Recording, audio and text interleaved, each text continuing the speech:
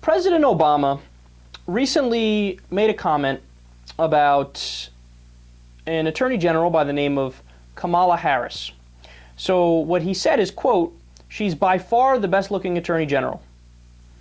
Now, since he said that, and it seems benign enough, he has gotten more shit than I've seen him get on any of the things he's done that actually are bad, like being horrible on civil liberties and the Constitution, having a terrible drone policy, buckling to the Republicans over and over, proposing chain CPI. He's getting more heat based on that comment. She's, quote, "by far the best looking attorney general," than he's gotten on any of those other things, as far as I've seen in the media, right? So you want to know what they're saying? They're saying it's sexist. They're saying that those comments are sexist. I want to read you some tweets about this issue. A guy by the name of Jamelle Bouie, and it's at @jbouie, Jbouie on Twitter. He said, "Radical change, a world where women can simply exist without comments about their appearance, requires radical action." Another one from the same guy, "A categorical rule like, quote, don't randomly comment about a woman's looks or don't approach random women may sound radical and unreasonable, but remember, the world is pretty unreasonable to women." We're just getting started. Somebody by the name of Zerlina Maxwell, at Zerlina Maxwell on Twitter. "Men wondering why it's not okay to comment on a woman's looks whenever/wherever they want need to Google male privilege now." Ooh, I'm so scared.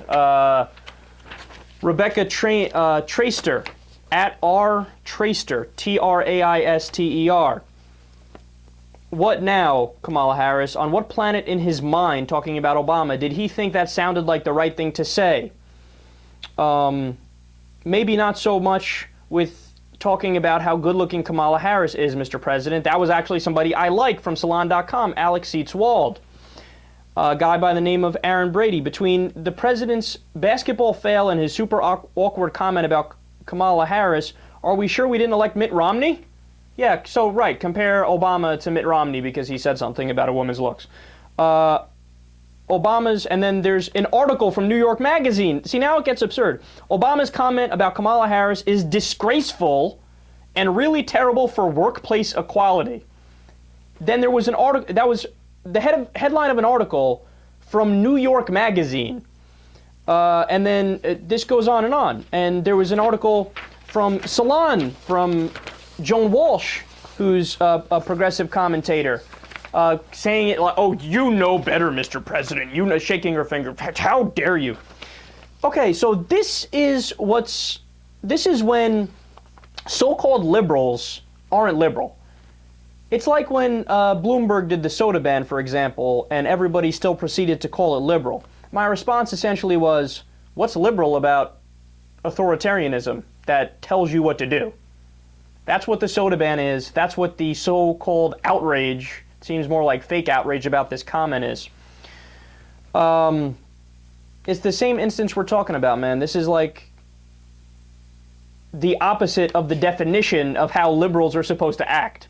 This is just flat-out authoritarianism where they're telling the president, it's shameful to say what he said, but that's based on your interpretation of what he said. So this is what's called, and this is something I've talked about a few times before, and actually, of all people, Anna Kasparian of the Young Turks, she talks about it. It's kind of like Boy Who Cried Wolf sexism, where it's people call something sexist that's just flat-out not sexist. When there's arbitrary discrimination against women or suppression based on gender or skin color, that would be racism. Suppression based on gender is sexism. And basically what sexism is, by definition, is it's a political expression of an idea that basically says men are better and more deserving than you simply because we say so. So it's kind of like alluding to men being superior, for example. That's what sexism would be. Racism would be alluding to, oh, our race is superior, for example, right?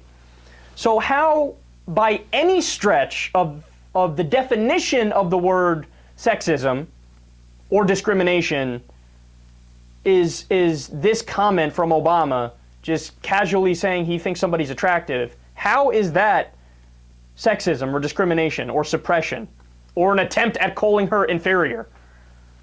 When you make such ridiculous claims like that, that devalues the very real sexism that still exists in the world. Because what happens when people go after stuff like this, like little comments, and they blow it up into this huge thing, average people are going to roll their eyes. And they're going to say, here we go again. And I'll give you one example just to illustrate more in a more concrete way what I'm talking about. You want to know what's really sexist, what's actually sexist? Women make 83 cents to a man's dollar for the same work. Okay, not only should you be writing articles about that and tweeting about that and talking about that ad nauseum, ad infinitum, I mean, that's like a national scandal, and it should be a national scandal, and you should harp away on that until people have that statistic ingrained in their mind and until we change it so it's equal pay for equal work. That's actual sexism. You're going to put in the same boat as that a comment by the President of the United States paying a young Attorney General a compliment that she's somewhat attractive. Pump your brakes. Pump your brakes.